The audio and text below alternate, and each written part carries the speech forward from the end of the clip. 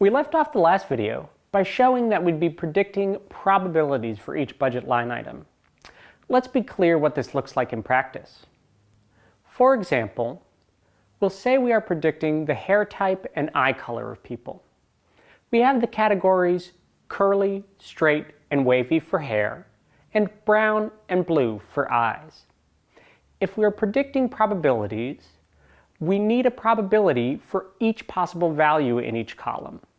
In this case, the target would have the columns for each hair type and for each eye color.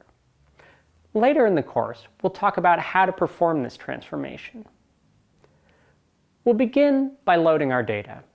As an example, in this video, we'll work with a small sample data set. For the exercises, you'll be loading the actual school budget data set.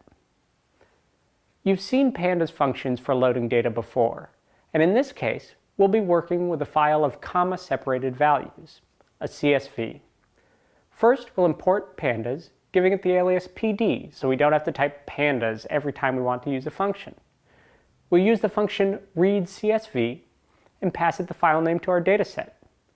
Then the function head shows us the first 5 rows of the data frame and the column names. We can see this sample dataset has both numeric data and text data. The function info tells us, yep, you guessed it, a bit more information about our dataset. Importantly, it tells us the data type of each column.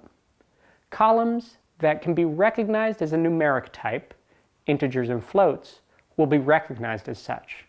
Columns that can't will get the generic type of object. Additionally, info tells us if any of the columns have missing values.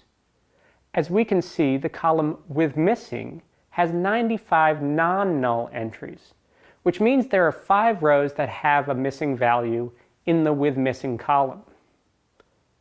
The next summary function we want to use is describe. This function gives us summary statistics of our numeric columns in our data frame. In addition to also giving us a hint about missing values with count, we can get a sense for the mean, standard deviation, minimum, and maximum of the column. Now it's your turn to load the actual data set we'll be working with using readCSV, and then look at what it contains with the functions head, info, and describe.